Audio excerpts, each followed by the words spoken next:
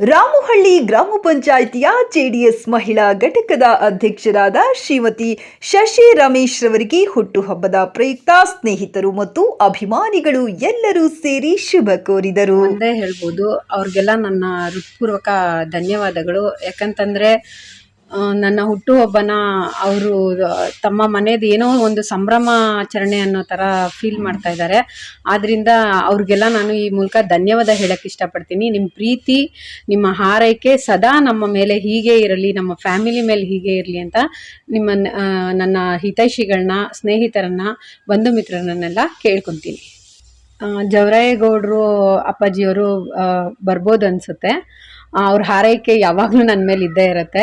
ಯಾಕಂತಂದರೆ ನಾನಿವತ್ತು ಏನು ಈ ಮಟ್ಟ ರೀಚ್ ಆಗಿದ್ದೀನಿ ಅದಕ್ಕೆಲ್ಲದಕ್ಕೂ ಜವರಾಯೇಗೌಡರು, ಸಂತೋಷ್ ಜವರಾಯೇಗೌಡರು ಮತ್ತು ಹನುಮಂತೇಗೌಡರು ಮತ್ತು ಕೃಷ್ಣಮೂರ್ತಿ, ನಮ್ಮ ತಾಲೂಕು ಅಧ್ಯಕ್ಷರಾಗಿರ್ತಕ್ಕಂತಹ ಕೃಷ್ಣಮೂರ್ತಿಯವರೇ ಕಾರಣ.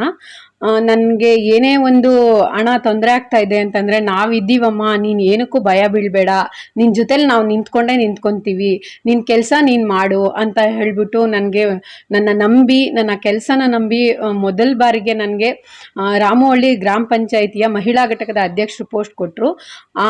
ಆ ಒಂದು ಸ್ಥಾನಕ್ಕೆ ನಾನು ನ್ಯಾಯ ದೊರಕಿಸ್ಕೊಡೋಕ್ಕೆ ನನ್ನ ಕೈಲಿ ಎಷ್ಟಾಗುತ್ತೋ ಅಷ್ಟು ಕೂಡ ನಾನು ಕೆಲಸ ಮಾಡ್ತಾ ಇದ್ದೀನಿ ಅನ್ನೋ ನಿಟ್ಟಿನಲ್ಲಿ ನನಗೆ ಆ ಒಂದು ಸ್ಥಾನ ಕೊಟ್ಟಿದ್ದಾರೆ.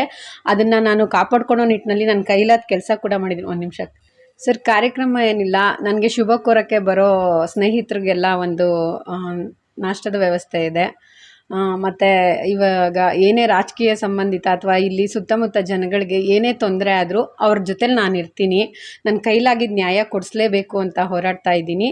ಒಂದು ಮಹಿಳೆಯಾಗಿ ನನಗೆ ಇಷ್ಟು ಪ್ರೋತ್ಸಾಹನ ಕೊಡ್ತಿರ್ತಕ್ಕಂಥ ನಮ್ಮ JDS ಪಕ್ಷಕ್ಕೆ ಹಾಗೂ ನಮ್ಮ ಜವರಾಯೇಗೌಡರಿಗೆ ಹಾಗೂ ನಮ್ಮ ಕೇಶವಮೂರ್ತಿಯವ್ರಿಗೆ ಹಾಗೂ ಹನುಮಂತೇಗೌಡರಿಗೆ ತುಂಬು ಹೃದಯದ ಧನ್ಯವಾದಗಳನ್ನ ಈ ಮೂಲಕ ತಿಳಿಸ್ತೀನಿ. ಆಕಾಂಕ್ಷಿಯಲ್ಲ, ನಮ್ಮ ಪಕ್ಷ ಏನು ತೀರ್ಮಾನ ತಗೊಳುತ್ತೋ ಅದಕ್ಕೆ ನಾನು ಬದ್ಧಳಾಗಿರ್ತೀನಿ.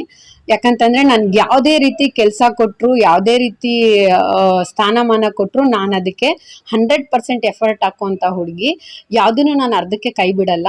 ಸೊ ಹಾಗಾಗಿ ಅವರು ನನ್ನ ನಂಬಿ ಏನೇ ಒಂದು ಸ್ಥಾನಮಾನ ಕೊಟ್ಟರು ನಾನು ಅದಕ್ಕೆ ಬದ್ಧಳಾಗಿರ್ತೀನಿ ಅಂತ ಈ ಮೂಲಕ ಹೇಳ್ತೀನಿ.